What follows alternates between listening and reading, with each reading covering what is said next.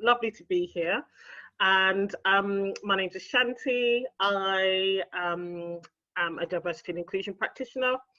And we work together, Gabby and I, at Diversity Ally to help the events industry, our beloved industry, to become more inclusive in its culture, its image, and its people. So hopefully this afternoon, you will take some tangible takeaways that you can get started on. So we are going to look at how to create inclusive environments through becoming consciously inclusive. And we're going to look at how you can champion diversity and inclusion and take an active role in steering this within your company culture.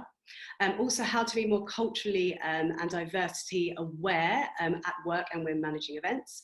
And also we'll be doing a task where we can look at some practical ways that you can start creating inclusive environments at events. So this is not just about kind of creating initiatives. This is really something that comes from within. It's about having an awareness and an understanding, and also an appreciation of different diversity groups, essentially.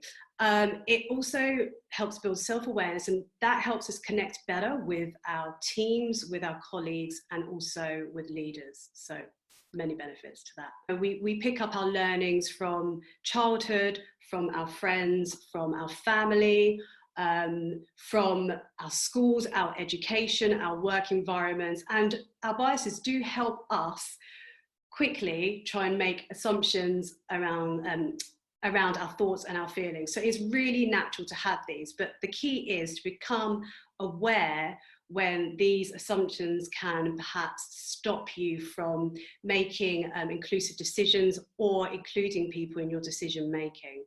So the first step, I guess, to becoming more consciously inclusive is addressing those biases and becoming aware of them, and then we can prevent them. So being aware, as I mentioned earlier, of biases will really help benefit and improve company culture. So how can we improve our company culture by becoming more consciously inclusive? I think it's really key to understand the role that you play as an individual to improve company culture. And that can be done through, as I mentioned earlier, becoming aware of any biases and assumptions that we have about groups, and also about learning how to include everybody in our decision-making processes and allowing everybody to be able to share their ideas and have their input valued. A really good thing that you can do as an individual is ask your company what they're doing currently to improve diversity and inclusion in the work environment. Another little key one as well is that we should often think about is if we're planning staff events, off-sites, team building, things like that, is how are we including people? Is it accessible to everybody? Are we being aware of their cultural needs? And really, when we're thinking about planning these events, including those people in the planning of those. And as Gabby went over, it does require some conscious inclusion, which is not always easy when we're under time pressure. You know, we're under pressure with budget, and people are expecting us to do probably over and beyond maybe what our job role required pre-COVID. So in that understanding and against that landscape, what we try to do here is make it super simple. Okay, if you are planning an event, whether it's an internal event or an external event, diversity quite simply means being aware of the differences that may exist for some of your guests, your attendees, your delegates, your stakeholders. Now, sometimes those differences might be about race, they might be about age, they might be about sexuality, it could even be something as simple as dietary requirements. But it's really about having, first of all, the awareness and then making the effort to consciously include those individuals. Now, what might that look like? Okay, well, that could be, like I said, do we have food options for this particular dietary requirement, for example? Because let's say you are gluten intolerant, for example, and you're going to events and you can never eat anything. That does impact your level of enjoyment at the event, right? You might say, do you know what, it was a good event, but I couldn't eat anything for the whole day because there was nothing there that was safe for me to eat. Now, that might seem like such a small example, but when we start looking at maybe some of the other larger pieces of diversity, it does impact how we interact at an event, how we experience an event, the feedback that we then provide the event organizers, the individuals that we attract to our events in the first place. Because at every step of the event organization process, there are more opportunities than we think to promote diversity and inclusion.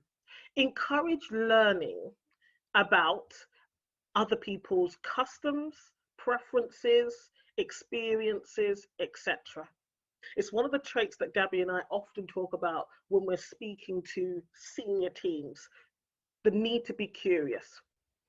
Okay, the need to yearn, to be interested in learning other people's customs and traditions, being able to respectfully have a conversation about maybe a tradition that is important to a particular cultural group goes a long way for you, A, winning that business, B, for them to give you great feedback, and C, for them to come back. And one of the things that's often underestimated, that, you know, a lot of communities of different cultural backgrounds, they're quite large, and there's a lot of consumer spending power in those communities. And there are certain events, memorable, life-changing events, weddings, births, etc., coming of age events, for example, that they spend a lot of money on. And because those communities are very well connected, and to be quite frank, sometimes are marginalized in the events world, they tell each other. So if you're a venue and you are able to relate respectfully to a cultural group and be genuinely interested in who they are and why this matters to them, you will be recommended. So we often think about our preferred supplier list. Well, communities have their preferred supplier lists, and you could therefore end up on it either as an event planner and also as a venue. Ensure that your marketing materials, whether it's your website, social media, the brochure, reflects at least a few different cultures and groups of people. Because ultimately, people do look at those things. They're very subtle subliminal messages that we all receive when we decide whether or not we want to work with someone, whether or not we'll be welcome in that space. So try to think about your website, your brochures. You know, is there diversity there? And not just in terms of race, gender, disability, age. All of those things can make a real difference to how your brand, how your event, how your venue is perceived and received by potential customers and stakeholders. Consider your use of language and the images that you use. So you will note a few slides ago, Gabby, we had a slide where we thought about the imagery to use. We included persons with invisible and visible disabilities, for example. Subtle imaging, but very, very impactful. So think about that across your comms, emails, social media, website, etc. And then seek out diverse suppliers, okay, who can advise you and who you can work along with. So this doesn't have to be a lonely journey.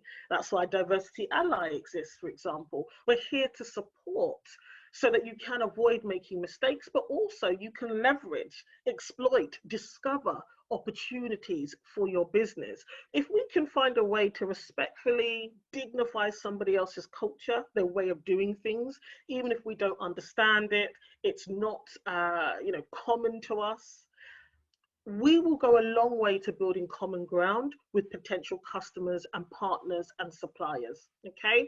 It can give you that competitive edge. It's brand reputation that really is the issue here. So it's just something to think about in terms of cultural sensitivity.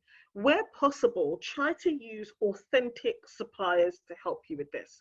You know, if you're choosing a tropical theme, for example, when you're thinking about your food, when you're thinking about, I don't know, decor, music, costumes, try to partner with authentic suppliers who will help you get it just right so that the event is enjoyable but doesn't offend or alienate any of your stakeholders or your guests.